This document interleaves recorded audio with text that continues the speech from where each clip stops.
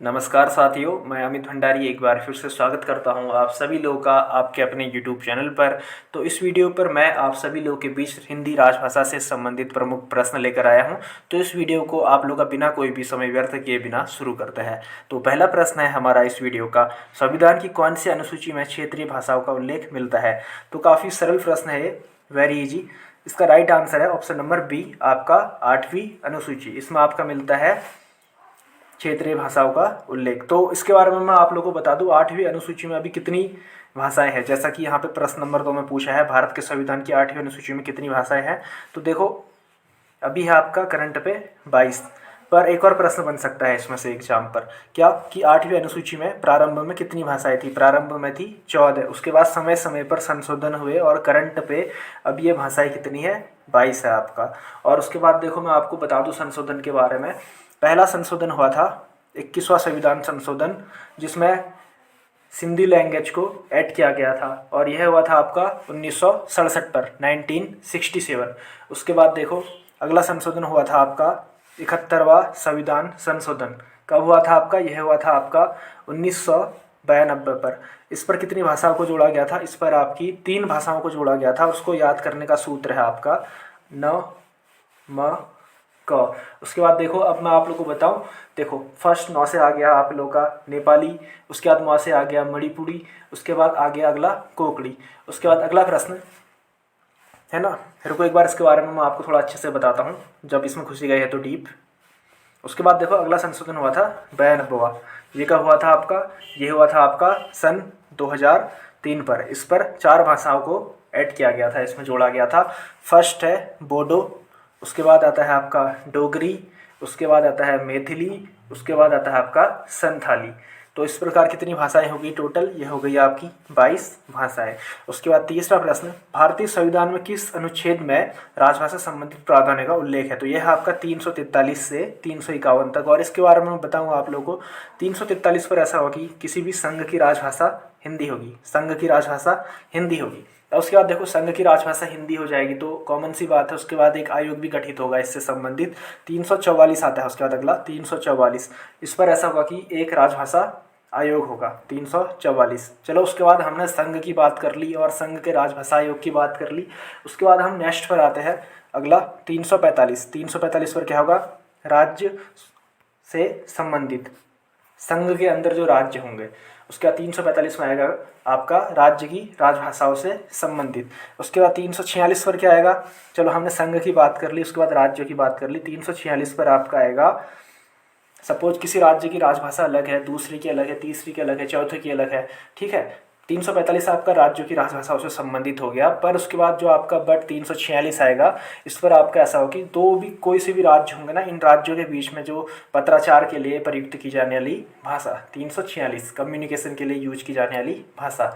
उसके बाद 347 पर ऐसा होगा, किसी भी राज्य के या किसी भी राज्य की जनसंख्या के किसी अनुभाग द्वारा बोले जाने वाली भाषा, मतलब एक विशेष भाषा जो वहाँ के लोग, एक विशेष लोग बोलते हैं, एक विशेष भाषा। 347 आपका विशेष भाषा से संबंधित हो गया। उसके बाद अगला 348, 348। इस पर ऐसा होगा जैसे उच्च न्यायालय हो गया, न्यायालय हो गया, संसद हो गया हमारा, है ना। और उसके बाद आपका राज्य विधानमंडल हो गया। इसमें जो विधेयक आते हैं, अधिनियम आते हैं ना, उनके लिए प्रयुक्त की जाने वाली भाषा उससे संबंधित हो गया।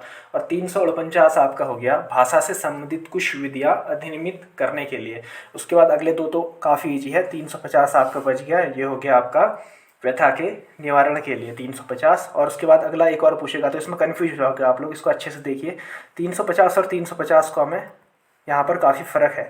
350 पर होता है व्यथा के निवारण के लिए अभ्यादन में प्रयुक्त की जाने वाली भाषा, और 350 को हमें होता है मात्र, जो आपका होता है क्या कहते हैं, मातृभाषा, उसको प्राथमिक स्तर पर शिक्षा के लिए यूज करना, ये होता है आपका 350 को। मतलब कि जो आपका प्राथमिक शिक्षा होगी उसमें आपकी मातृभाषा को प्रयोग करना, 350 को। और व्यथा के लिए 350। उसके बाद अंतिम 351।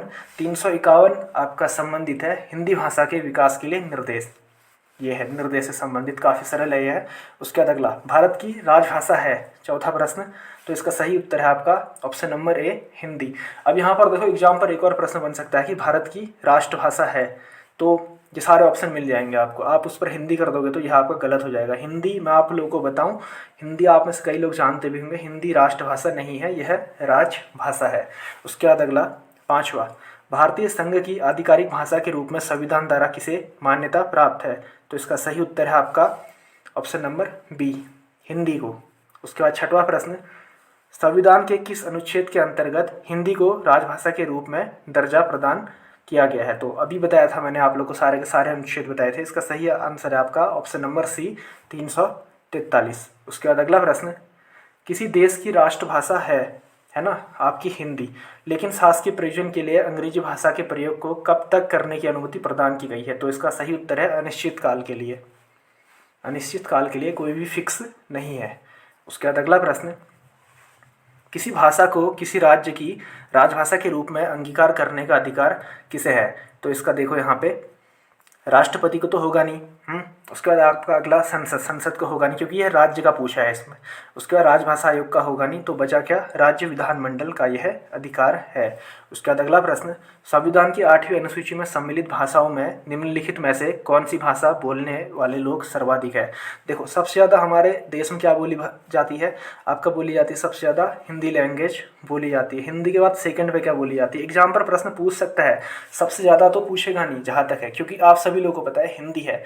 दूसरे में पूछ सकता है एग्जाम पर, तो इसका सही उत्तर है आपका ऑप्शन नंबर ए, बंगला। उसके बाद 10वां प्रश्न, संविधान की 8वीं अनुसूची में सूचीबद्ध निम्नोक्त में से कौन सी एक किसी राज्य की राजभाषा है? तो यह है आपका उर्दू। उसके बाद 11वां प्रश्न भी इसी से संबंधित बना है ना, कि जो उर्दू है कहाँ की है? तो यह है आपकी जम्मू कश्मीर। उसके बाद अगला प्रश्न 12वां, निम्नलिखित में से कौन सी भाषा संविधान की 8वीं अनुसूची में नहीं है? तो देखो यहाँ पे ऑप्शन देखो, आप ऑप्शन से काफ़ी लोग घूम जाएंगे इसमें, जो नए लड़के होंगे। Urdu A, option B Nepali, option C Konkani, option D Bhojpuri. देखो क्या करोगे आप लोग, यहाँ पे अधिकतर लोग नेपाली करेंगे, जो कि गलत है। नेपाली आपकी 8वीं अनुसूची में है। अब आप कहेंगे कि नेपाली तो नेपाल की लैंग्वेज होगी, और बाकी सब उर्दू तो यहीं बोलते हैं लोग, कोंकणी भी बोलते हैं, भोजपुरी भी बोलते हैं। बट वो आप लोगों को बता दूँ, यहाँ पर जो नेपाली है आपका, ये सिक्किम वगैरह उधर साइड को बोली जाती है नेपाली लैंग्वेज, और यह आपकी 8वीं अनुसूची में है। तो इनमें से कौन सी नहीं है ये बताओ आप? तो यह है आपकी भोजपुरी, इनमें से नहीं है, ऑप्शन नंबर डी। उसके बाद अगला प्रश्न, डोगरी भाषा किस राज्य अथवा केंद्र शासित प्रदेश में बोली जाती है? देखो ये ऐसे ही बता दिया है यहाँ पे, ये बोली जाती है आपका जम्मू कश्मीर राज्य पर। उसके बाद अगला प्रश्न 14वां, सिंधी को किस संवैधानिक संशोधन द्वारा संविधान की 8वीं अनुसूची में शामिल किया गया है? तो ये अभी बताया मैंने आप लोगों को काफ़ी अच्छे तरीके से। 21वें संशोधन द्वारा कब हुआ था? 1967 पर यह आपका हुआ था। उसके बाद अगला प्रश्न, भारतीय संविधान के अनुच्छेद 344 के तहत प्रथम राजकीय भाषा जो आपका आयोग बना था, इसका गठन कब हुआ था? मतलब किन्होंने किया था? तो यह हुआ था आपका 1955 पे तो हुआ था, और पीजी खैर की अध्यक्षता में इसका गठन हुआ था। ऑप्शन नंबर 20 का सही उत्तर है। उसके बाद अगला प्रश्न, 1955 में गठित राजभाषा आयोग के प्रथम अध्यक्ष कौन थे? अभी बताया, पीजी खैर। उसके बाद अगला प्रश्न, संविधान के किस अनुच्छेद में यह व्यवस्था किया गया है कि प्रत्येक राज्य शिक्षा के प्राथमिक स्तर पर मातृभाषा में शिक्षा की पर्याप्त सुविधाओं को उपलब्ध कराने का प्रयास करेगा? ऑप्शन नंबर बी भी देखो यहाँ पे, ऑप्शन नंबर सी भी देखिए। तो देखो 350 किससे रिलेटेड होता है? ओनली व्यथा के निवारण के लिए। बट मातृभाषा में शिक्षा 350 को का मतलब ए, ऑप्शन नंबर सी यहाँ पर सही उत्तर है, 350 ए, 350, ऑप्शन नंबर सी। उसके बाद 18वां प्रश्न, भारतीय राज्य नागालैंड की आधिकारिक भाषा क्या है? देखो कई लोग यहाँ पे नगा कर आएंगे, क्योंकि नागालैंड से ही मैच होता है।